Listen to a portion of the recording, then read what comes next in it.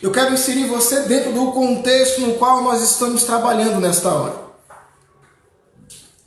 Você precisa compreender que Jesus já está completando a sua missão na terra. Você precisa agora fazer um pouco de viagem no tempo. Você volta um pouco lá atrás e você começa a compreender que é esse um período no qual Jesus está encerrando o seu ministério público. O ministério público no qual ele adquiriu pelo poder do Espírito Santo, o qual desceu com um formato de pomba, como descreve Mateus 3, Lucas 3, como descreve em Marcos. Você vai ver o batismo de Jesus, onde o Espírito de Deus desce como pomba. E agora Jesus recebe o Espírito Santo de Deus e o seu ministério público, ele começa. Jesus começa a colocar a mão sobre o enfermo e o enfermo ser curado. Paralíticos começam a andar, coxos começam a andar, cegos começam a ver, surdos começam a ouvir, mudos começam a falar. Doenças de diversos tipos, doenças de pele, doenças contagiosas, essas doenças eram expelidas. Porque o ministério de Deus no Filho começou. O dínamos de Deus, em outras palavras, a dinamite de Deus. O poder de Deus está sobre a terra. Dinamite, o dínamos, o poder de Deus sobre a terra. Agora na figura do seu Filho, o homem encarnado, o Deus, na verdade, encarnado.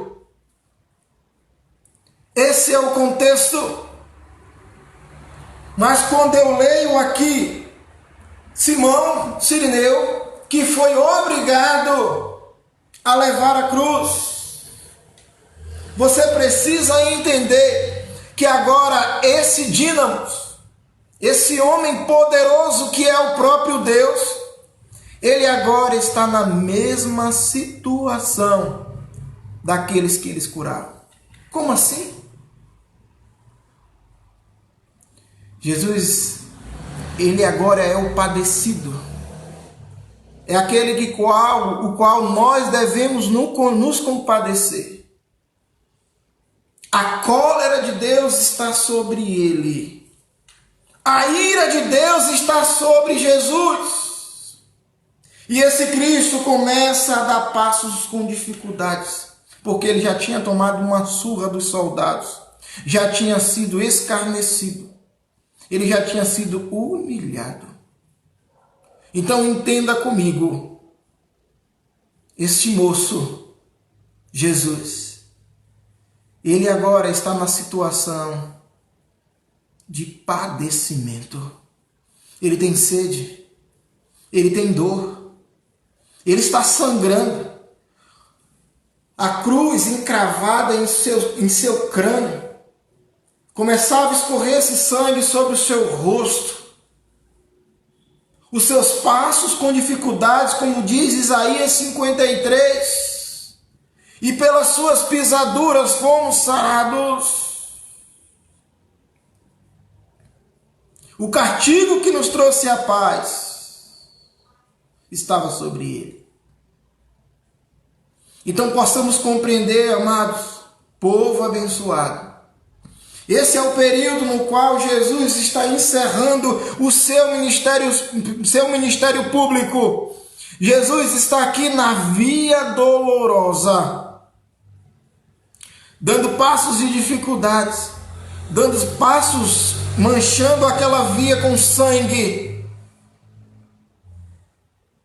E ele está indo para o Gólgota. Em outras palavras, o Monte da Caveira. O monte no qual era crucificado muitos, e principalmente os malfeitores. Os malditos eram crucificados naquele monte. O monte chamado Gólgota, ou o Monte da Caveira. E na verdade, o Monte da Caveira tem esse nome por causa de um formato muito similar a uma caveira humana. Então é colocado esse nome, o Monte da Caveira. E por coincidência, esse mesmo monte era crucificado malfeitores. Mas Jesus, ele se faz maldição por mim, por você. Jesus se faz maldição para que não morramos. Nada devia. É a morte do inocente. É onde o pecado sempre atua, no inocente. Então você que já compreendeu esse contexto, um contexto que Jesus está indo a finalizar aquilo que ele iniciou. A dinamite de Deus está caminhando agora, o poder de Deus está sendo encerrado. E nessa trajetória, nós observamos que essa trajetória de dor, muitas pessoas acompanhavam essa trajetória, muitos curiosos. Haviam vários grupos ali, que o texto vai dizer que multidões o acompanhavam. Que multidão é essa? Havia a multidão dos escarnecedores, havia a multidão dos compadecidos, havia a multidão dos que se importavam, havia a multidão dos curiosos e havia a multidão daqueles que não sabiam nem o que estava acontecendo. E eu não sei em qual multidão você se encaixa, mas quando eu olho para Simão de Cirene, eu percebo que Simão de Cirene é daquele grupo que não sabe o que está acontecendo. Ele simplesmente é alguém que está vindo do campo. É um qualquer. Mas esse um qualquer não é um qualquer de outra crença. Não. Simão de Cirene é um no meio da multidão. E daquele que está desapercebido. Simplesmente Simão. Simão, como muitos dos judeus, estavam indo até Jerusalém por causa da festa da Páscoa. A festa da Páscoa, também chamada festa da colheita, que existia há muito, desde Êxodo capítulo 12, e se arrastou até o tempo de Jesus. A Páscoa que era prefigurada, agora vai se concretizar no Filho de Deus. E todo o povo de Jerusalém, de toda parte da terra, começa agora a vir para essa celebração. E Simão de Cirene é simplesmente mais um no meio da multidão que vem participar da Páscoa, que não sabe que a Páscoa é o próprio Jesus. Mas eu quero dizer para você que Simão é o homem mais privilegiado da história. O homem mais privilegiado da história como homem, porque teve contato com Deus de uma forma que nem o mesmo percebeu isso. E quando eu olho para esse versículo 21, e diz que obrigaram, quem obrigou? Os soldados obrigaram Simão Cireneu a carregar a cruz. Mas se você acompanha comigo em Marcos 15, 21, você vai compreender que Marcos, ele vai trabalhar dizendo que Simão é de Cirene. Então ele nos dá agora uma localidade. Nós podemos agora entender quem é Simão. Quando ele diz que Simão é de Cirene, Simão até então era mais um no meio das multidões. Mas agora entendemos que esse Simão, ele é da cidade ao norte da África, quando ele diz de Cirene. Então eu quero dizer para você, provavelmente, sem medo de errar, Simão era um homem negro. E vinha esse homem do norte da África, este homem negro. Esse detalhe é precioso que Marcos nos dá. Cirene, da Lídia, Cirene, do norte da África. E esse homem que era mais um na multidão, agora ele é conhecido como alguém que é do norte da África e é um homem negro. Mas o texto ainda nos dá mais detalhes. Ele diz que passava vindo do campo. Era um homem que passava, que estava como todos os outros. Mas o texto ainda vai dizer que ele vinha do campo. Em outras palavras, homem simples. Um homem que vinha do campo. O nosso Deus, ele traz para nós umas estruturas maravilhosas. A Bíblia, ela é completa. A Bíblia é fantástica porque a sua essência é o próprio Deus falando conosco. A Bíblia é o próprio Deus falando conosco. A mensagem da palavra é a própria palavra de Deus. E o texto vai nos dizer que este homem negro do norte da África, ele era em meio à multidão, mas então ele é surpreendido quando ele vinha do campo. É um homem simples. E ele é surpreendido pelos soldados romanos que dominavam Jerusalém nessa época. E este homem simples, negro, que vem do campo, o nome dele é Simão. E Simão, ele é conhecido pelo nome de seus filhos. É interessante que quando você olha para os textos, principalmente bíblicos, você vai perceber que sempre o filho é conhecido pelo pai. Vou dar um exemplo assim para você. Por exemplo, aquele cego, Bartimeu, que ele lançou a capa e por um ato de fé, e ele ouve dizer assim que, olha, levanta porque o mestre te manda chamar. E o texto diz que ele lançou a capa, um ato de fé. Mas esse Bartimeu significa que ele é filho de Timeu. Bartimeu, filho de Timeu. O filho sendo reconhecido pelo pai. Mas essa estrutura aqui, no qual Marcos está tratando conosco, ele mostra um pai de família sendo reconhecido pelos filhos. Olha, pai de Alexandre e de Rufo. Como assim? Se nós olharmos para os leitores da época, é muito provável que os leitores em qual Marcos está escrevendo já conhecia Rufo e já conhecia Alexandre e já conhecia essa família por algum motivo. Vamos dar uma olhada comigo? Se você olha comigo em Romanos 16:13, Romanos 16:13 vai dizer bem assim, ó: saudai Rufo, eleito no Senhor, igualmente a sua mãe, quem também tem sido mãe para mim. Então você vai ver Paulo saudando, o apóstolo Paulo saudando a família de Rufo, juntamente com todo o seu povo, toda a sua casa. Então Marcos não escreve esse texto de forma solta ou de forma isolada.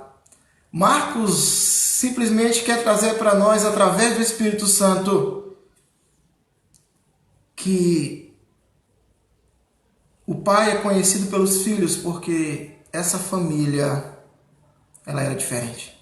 Essa família já cria neste Cristo. Essa família já tinha uma tradição, mas essa família também, ela consegue compreender que a Escritura que anunciava um que viria, essa família já consegue reconhecer quem é esse Jesus.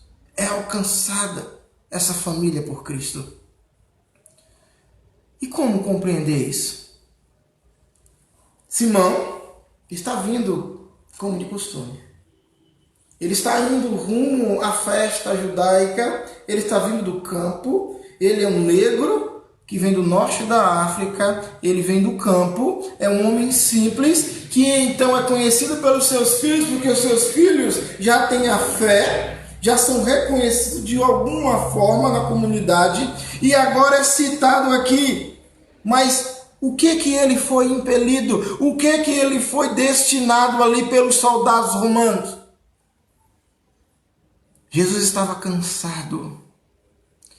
Lembra que eu disse no início que Jesus era alguém que estava tão esmagado como qualquer outro que ele havia aliviado outrora. Jesus estava agora esmagado a sua carne, arrancada a sua carne, derramando seu sangue. A sua respiração estava ofegante. Os seus passos não eram passos comuns de quem está seguro. Os seus passos eram passos cambaleantes. A sua estrutura já não correspondia ao peso que estava sobre os seus ombros. Aquela parte aqui da cruz, essa parte horizontal que estava colocada sobre os seus ombros, simbolizava o pecado da humanidade, simbolizava o meu pecado e o seu pecado. E Jesus estava cambaleante, a ponto de cair de joelhos. Os soldados, compreendendo que não havia mais força para que esse Jesus homem pudesse carregar este peso, então é convidado pelos soldados romanos, Simão, para lhe ajudar a carregar a cruz. E se você observar comigo, Simão, ele está simbolizando para mim e para você o escravo. Porque Roma está subjugando Israel. Israel por completo. Israel por completo eram servos de Roma. Os soldados deu uma ordem. Querendo ou não querendo, Simão precisa carregar a cruz. Se irmão significa para mim e para você que nós somos escravos. O homem tem buscado muito a liberdade. E eu fico triste porque geralmente a busca do homem à liberdade é uma busca desenfreada pelos prazeres. Quando se fala em liberdade, o homem poder mutilar o próprio corpo, a mulher mutilar o próprio corpo. Quando se fala em liberdade, se fala em homens e mulheres na libertinagem, na pornografia. Quando se pensa em liberdade, a humanidade sempre pensa que ela é livre para fazer qualquer banalidade. E na verdade, quando você olha para Simão de Cirene, você percebe um homem que é livre, mas na verdade está subjugado por Roma. É alguém que está vindo de sua casa até a festa da Páscoa. Alguém que está vindo para um ritual, mas não é livre o suficiente para dizer não aos soldados de Roma. Por quê? Porque aparentemente ele é livre, mas ele é escravo. Simão simboliza a mim, simboliza você. Você é livre em Cristo, mas só faz trocar os papéis. Antes, éramos escravos de Satanás. Essa é a palavra. Éramos escravos de Satanás e vivíamos fazendo o que ele deseja.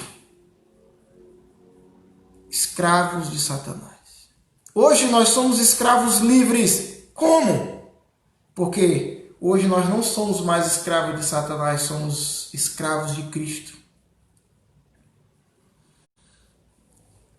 Lembra que João 8 vai dizer assim, olha, se pois o Filho vos libertar, verdadeiramente sereis livres.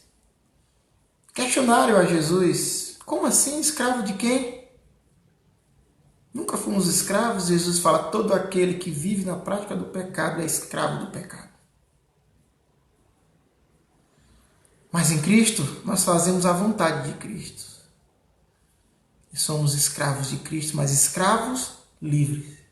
Porque quando se fala em liberdade no cristianismo, quando se fala em liberdade acerca da palavra de Deus, se fala em preservação da vida, se fala em moralidade. Quando se fala em liberdade na palavra de Deus, se fala em fazer o que as Escrituras nos dizem para que façamos. E essa palavra é uma palavra que prega amor, que prega honrar os próprios corpos. Essa palavra é uma palavra que dá a direção de honrar a família, de honrar as finanças. Parece que não tem a ver. Sim, o cristianismo, ele engloba tudo. O cristianismo, ele não vem simplesmente para limpar somente a sua alma, como muitos dizem. Deus ele quer só o coração, como ele entende que coração é a ideia, é a sede do entendimento, então é a alma. E ele quer a sua mente, ele quer o seu coração. Na verdade, Jesus ele quer que você seja alguém moral, alguém santo, alguém limpo, alguém que seja escravo livre. É assim, a palavra de Deus sempre trabalha para nós os paradoxos. Essa ideia de ele sempre dar algo que é contrário, ele contrapõe o que ele fala. É algo que é pela fé que se compreende. Nós somos escravos, mas escravos livres. E essa liberdade é que Cristo prega para nós. Simão significa para mim e para você, significa a liberdade que nós precisamos ter em Cristo Jesus.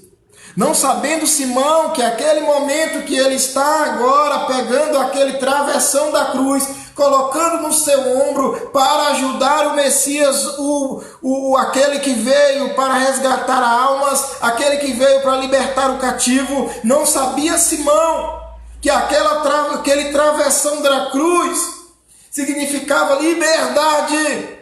E não sabia Simão que no momento que ele estava sendo escravo de Roma, atendendo aquele pedido, é nesse momento que ele estava sendo livre, porque ele estava tendo contato com a cruz. Eu não sei se você está tendo contato com a cruz.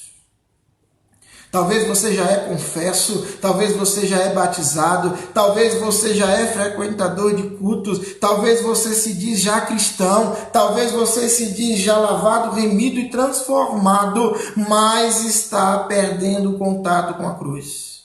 Ou talvez você nunca teve contato com a cruz. Porque o contato com a cruz, ele transforma. O contato com a cruz, ele nos renova. O contato com a cruz nos faz novas criaturas. As coisas velhas se passam, eis que tudo se faz novo. Quando você olha para a cruz, você vê um Cristo que vai como ovelha muda para o matadouro. Ele não revida. Som nenhum se ouve na praça, como diz Isaías 42. É alguém manso, comparado a uma ovelha que é mansa. É alguém que tinha poder para exterminar a todos, mas ele abraçou a causa do próprio Pai. E quando eu olho para a cruz, além de ver mansidão, eu vejo amor. Só por amor. O maior ato de amor que a humanidade pode ter. O maior ato de amor é quando o próprio Deus, ele abre mão do seu próprio Filho para derramar sobre ele a toda a sua ira. A maior prova de amor, o maior presente que a humanidade recebera é o Cristo que veio na figura de homem para morrer no meu e no seu lugar. Quando eu olho para a cruz, eu vejo amor. Quando eu olho para a cruz, eu vejo perdão. Muitos escarnecendo, muitos cuspindo em seu rosto, furou o lado do mestre. No momento que ele tem sede, dão fel para ele, dão vinagre com mirra. No momento que ele está pedindo água, dão para ele vinagre. Quando eu olho para a cruz, eu vejo perdão e ele diz: Pai, perdoa-os, porque eles não sabem o que fazem. Não sabia Simão Cirineu que aquele ato de escravidão dos romanos sobre ele estava trazendo para ele libertação, estava trazendo para ele o contato com a cruz de Cristo. É o contato com a cruz que muda a sua vida, a sua família. É o contato com a cruz que tira a escravidão da sua mente. É o contato com a cruz que sara a sua alma, sara o seu corpo, sara os seus desejos e você começa a desejar os desejos de Deus. Você começa a sonhar os sonhos de Deus. Você começa a se sentir completo, mesmo vivendo em certas tribulações. Você consegue compreender o amor de Deus na sua vida. Que você possa ser esse escravo livre. Escravos, porém livres.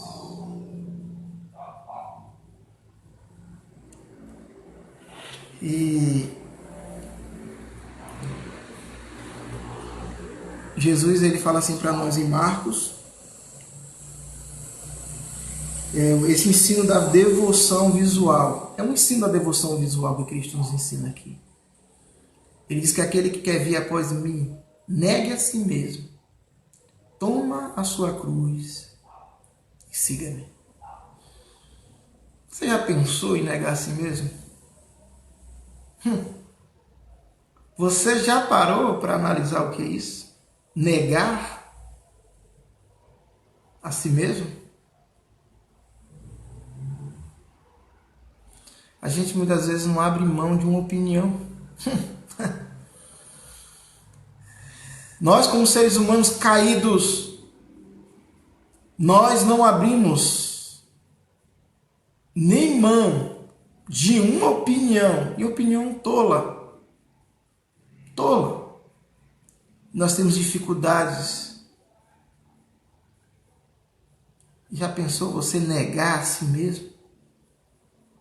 Mas então o que seria isso, negar a si mesmo? Negar a si mesmo é doloroso. Negar a si mesmo é perdoar, mesmo sem vontade de perdoar. Negar a si mesmo é procurar amar sem vontade de amar. Negar a si mesmo é buscar orar sem vontade de orar. É ler a palavra de Deus sem vontade de ler a palavra de Deus. Eu tenho que ter vontade. Quem te falou isso? Se lá, quando você olha para os textos, principalmente em Gálatas, vai dizer, Gálatas 5, 25 e diante, vai dizer bem assim, olha, os que são de Cristo, eles crucificaram a si mesmo. E crucificaram também a sua concupiscência, os seus desejos. Crucificar é algo doloroso. Crucificar não é algo que você acha no armário da tua casa. Crucificar é algo que você necessita. Negar a si mesmo é você não esperar o desejo, a vontade chegar. Simplesmente você faz, busca o correto, aquilo que as Escrituras nos diz. Então, negar a si mesmo é você fazer o que Deus te manda fazer. É orar sem vontade, ler sem vontade a palavra de Deus. É perdoar sem ter vontade de perdoar. É liberar perdão sem vontade de liberar perdão. É buscar o reino de Deus. Quando você queria estar em qualquer outro lugar, você precisa estar na presença de Deus, cuidando de alguém. É demonstrar amor.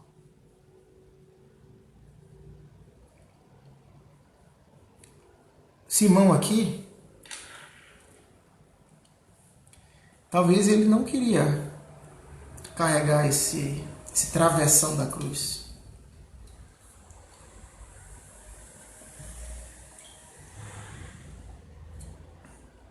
Estou quase certo que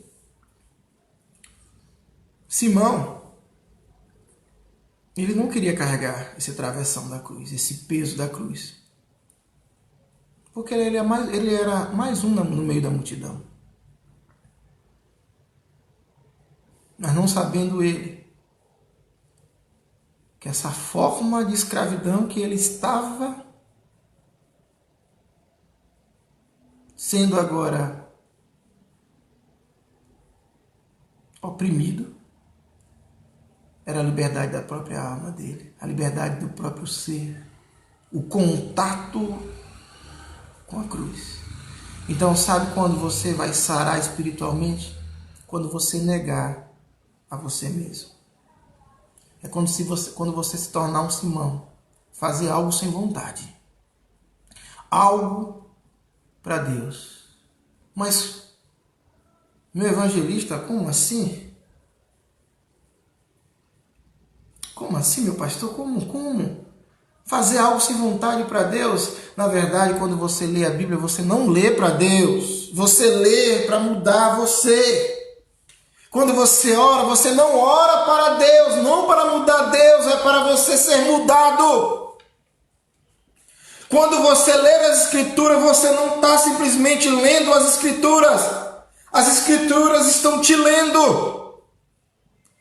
Você está lendo algo repetido, mas ela está te lendo, dizendo onde você precisa mudar. Você se identifica e diz, esse sou eu preciso mudar nesse ponto. E quem disse o que você faz para Deus? É para Deus, é para você. Essa que é a coisa fantástica de Deus. Você acha que faz para Deus. Deus não precisa do homem. Deus não precisa de mim, Deus não precisa de você. Você lê a Bíblia, muda você. Você ora, muda você. Lembra de Ana? Ela vai para Jerusalém, vai no topo do monte e ela só tem lamúria. Ela não vai nem para a expiação lá na frente do tabernáculo. Ela vai para o templo logo, ela vai para a parte onde fica o sacerdote e ela chora tanto, ela joga tudo para fora que ela está sentindo, tudo para fora. Ela chora tanto e o sacerdote, você está embriagada, mulher? Ela diz, eu não sou filha de Belial, eu não sou filha do demônio. Eu só estou amargurada de espírito. E ela jogou tudo que ela tinha para fora e mudou ela. A oração a mudou, ela não saiu dali grávida. Ela tinha parado de comer e de beber. Ela estava sendo preparada para a morte, que a depressão faz isso, prepara a gente para a morte. E logo ela parou de comer e beber.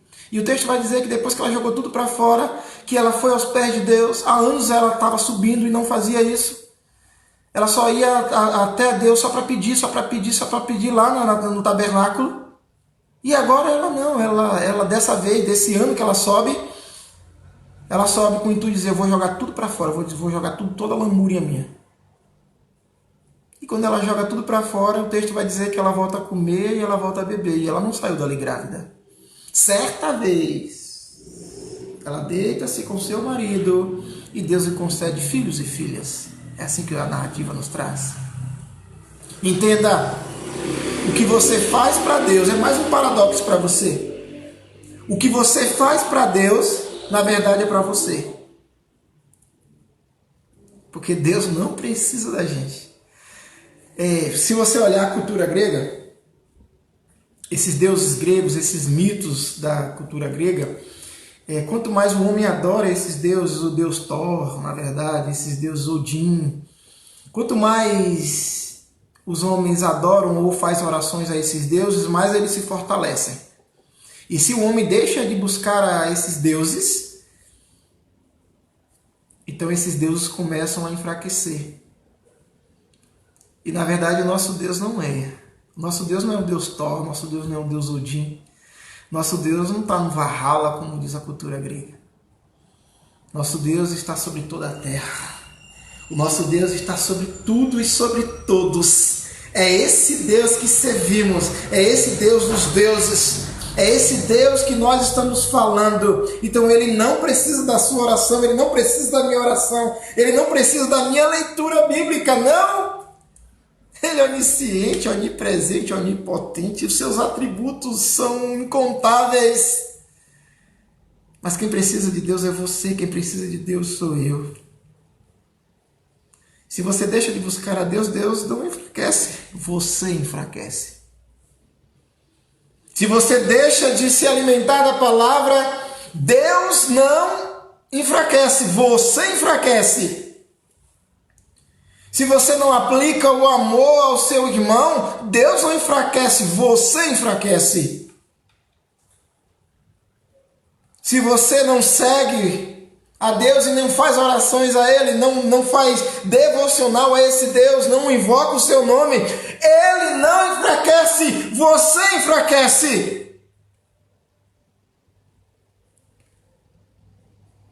Entenda. Eu preciso de Deus. Você precisa de Deus.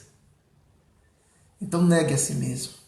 Simão negou a si mesmo, foi obrigado. Foi obrigado. Ele poderia preferir a morte ou levar umas bufetadas dos soldados. Ele poderia ser preso ou tomar umas bufetadas, e os soldados, na hora ali da agonia, do momento de tanta multidão ali, poderiam escolher outro. Davam umas bufetadas nele, e o soldado escolhia outro. Mas o que Simão teve que fazer? Teve que negar a si mesmo. Contra a própria vontade, teve contato com a cruz. E quando você vai olhar em Romanos, quando você vai olhar lá na frente, Paulo vai descrever essa família. Toda essa família aos pés de Cristo. O contato com a cruz traz diferença. Se você não é sal e nem luz, você não faz diferença. Porque sal faz diferença, a luz faz diferença.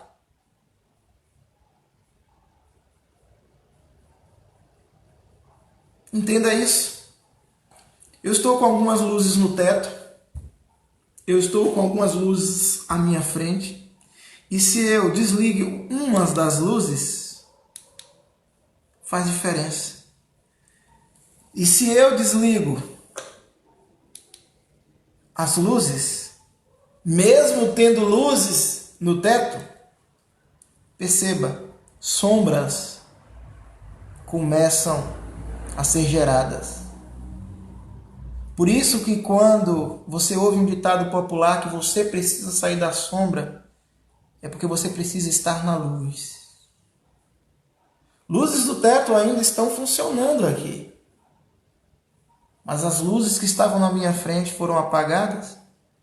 Então formou-se sombras.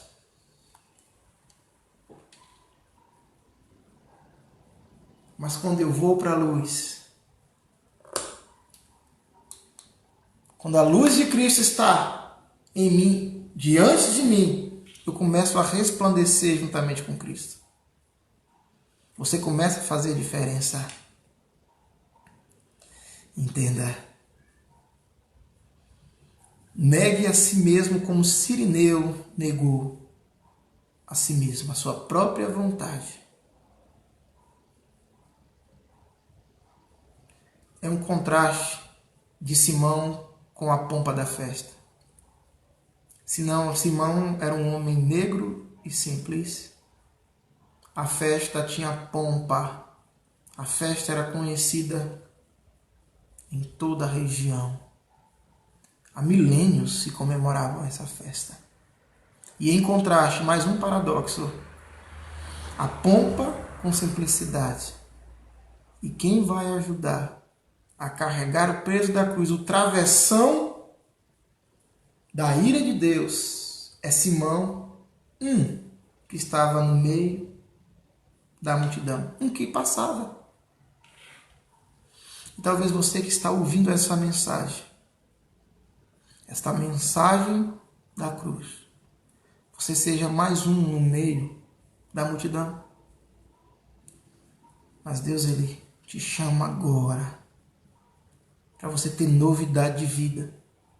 Você que nunca teve contato com a cruz de Cristo, você que nunca tomou uma decisão de estar em Cristo, hoje é o seu dia. E também hoje é o seu dia que você tem contato com a cruz, mas você está deixando de ter contato suficiente. E a sua luz está se apagando. E você tem ficado na escuridão. E sombras começam a brotar. Mas a luz, ela resplandece nas trevas. E a luz que você precisa é a cruz. E que Deus assim te abençoe. E que Deus resplandeça sobre você o rosto. Que você possa estar nele. Mesmo sem vontade, crucifique a carne. Como diz Gálatas 5. Os que são de Cristo crucificaram a carne, juntamente com suas paixões e concupiscência. Concupiscência é paixões também, que é desejos. Mas são desejos fortes. Você sabe qual é o seu desejo mais forte que te leva para longe de Deus. Você sabe. Você sabe qual é a sua concupiscência. Aquele que você fala que vai deixar e não deixa. Aquele que você deixa por um período e volta a fazer. Você sabe qual é. Combata tudo isso, seus desejos, na cruz, com a cruz. Que Deus assim nos abençoe e te abençoe, em nome de Jesus.